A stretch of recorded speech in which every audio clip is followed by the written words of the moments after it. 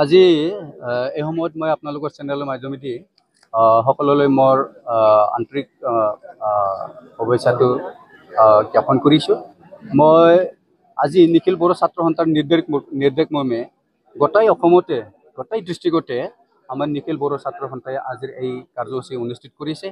আজি বাক্সা ডিষ্ট্ৰিক্ট হিচাপে আমাৰ চালবাৰী ডিষ্ট্ৰিক্টতো এই কাৰ্যসূচী এতিয়া ইয়াত চলি আছে। ইয়াৰ মাধ্যমেদি আমি নিখিল বড়ো ছাত্ৰ সন্থাই এই আজিৰ কাৰ্যসূচীৰ থ্ৰুৱেদি কোনো এটা আন্দোলন নহয়, এইটো কোনো এটা মানে প্ৰটেষ্ট নহয়, এইটো এটা প্ৰদৰ্শন, এইটো জাষ্ট এটা ডেমনষ্ট্ৰেশ্যন যে নিখিল বড়ো ছাত্ৰ সন্থা হিচাপে আমি তিনিটা উদ্দেশ্যটো লৈ পেলাই আমি এই কাৰ্যসূচীটো আজি ইয়াত অনুষ্ঠিত কৰিছে। এইটো হৈছে একতা, বড়োজ অফ দ্য ৱৰ্ল্ড ইউনাইট। আমি বড়ো জাতিৰ মাজত এটা একতাটো বিচাৰিছে। বড়ো জাতিৰ মাজত বিভিন্ন ক্ষেত্ৰত বিভিন্ন সময়ত আমাৰ মাজত এটা মানে আমাৰ ভিন্নতাটো আহি যায়, কেতিয়াবা কেতিয়াবা আমাৰ মাজত একতা নোহোৱা হৈ যায়। কিন্তু আমি নিখিল বড়ো ছাত্ৰ সন্থা হিচাপে সদায় একতাটো বিচাৰি আহিছে। এই ৰাজনীতিকভাৱে যিয়ে নহওক বা অৰাজনৈতিকভাৱে যিয়ে নহওক, যোনে য'ত কাম নকৰক কিয়, যিয়ে অৰ্গেনাইজেশ্যন নহওক কিয়, কিন্তু বড়ো জাতিৰ কাম কৰাৰ ক্ষেত্ৰত যাতে সকলোৱে একতাত থাকে, সকলোৱে যাতে একতাটো বজাই ৰাখে, সেইটো আমি সদায় কামনা কৰি আহিছে, অনুৰোধো কৰি আহিছে। নিখিল বড়ো ছাত্ৰ সন্থাই ইয়াৰ কাৰণে কামো কৰি আহিছে। আজিৰ এই ক্ষেত্ৰতো আমি ইয়াৰ মাজেদি এটা প্ৰদৰ্শন কৰিছোঁ যে আমাক একতা লাগে। জাতি হিচাপে জীয়াই থাকিবলৈ হ'লে আমাৰ এতিয়া বহুতো কাম কৰিব লগা আছে। এই কাম কৰিব লগা সময়ত আমাক একতাটো খুব প্ৰয়োজন। গতিকে আমি আমাৰ মাজত যদি অন্য বিভিন্ন গোট হৈ পেলাই যদি আমাৰ মাজত ৰাজনীতিক হওক অৰাজনীতিক হওক আমাৰ মাজত ভিন্নতা যদি ভেদ আছে, এই ভেদটো আমি পাহৰি একতাটো আমি বিচাৰিছোঁ। আৰু তাৰে উপৰিও আমি আজিৰ এই প্ৰদৰ্শনৰ মাজেদি আমি বডোফা উপেন্দ্ৰনাথ ব্ৰহ্মৰ যিখিনি এটা মটো লিভ এণ্ড লেট লিভ, এই লিভ এণ্ড লেট লিভটো আমি লৈ পেলাই কাম কৰিছোঁ। লিভ এণ্ড লেট লিভৰ মাজেদি আমাৰ উপেন্দ্ৰনাথ ব্ৰহ্ম, বডোফা উপেন্দ্ৰনাথ ব্ৰহ্মই আমাৰ কাৰণে এটা আন্দোলন গঢ়ি তুলিছে। আৰু তেখেতে সকলোকে বুজাই দিছিল যে আমাকো জীয়াই থাকিবা দি আপোনালোকে জীয়াই থাকক।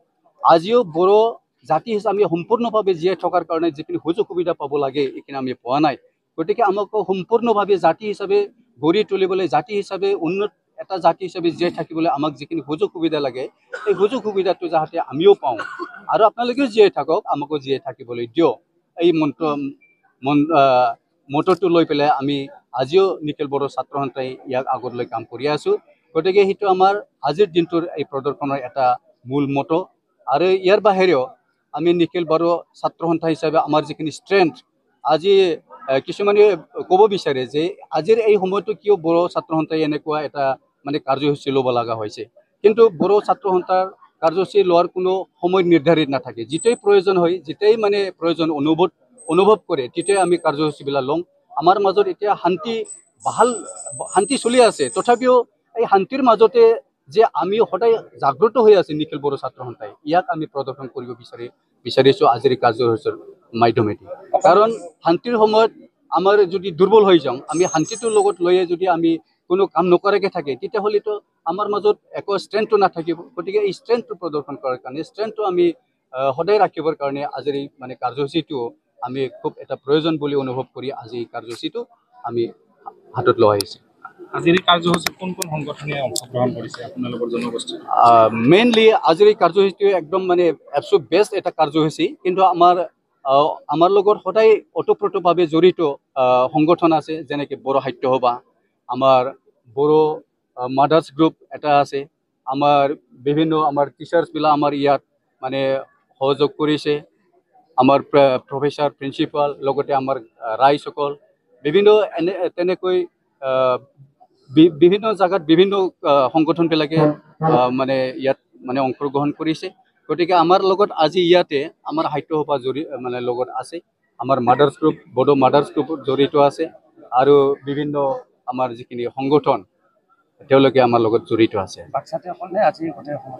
আজি গোটেই অসমতে, অসমৰ যিবোৰ জাগাত আমাৰ এপছু সংগঠন আছে, গোটেইবোৰ জিলাতে আমাৰ আজি মানে কাৰ্যসূচীটো হৈছে।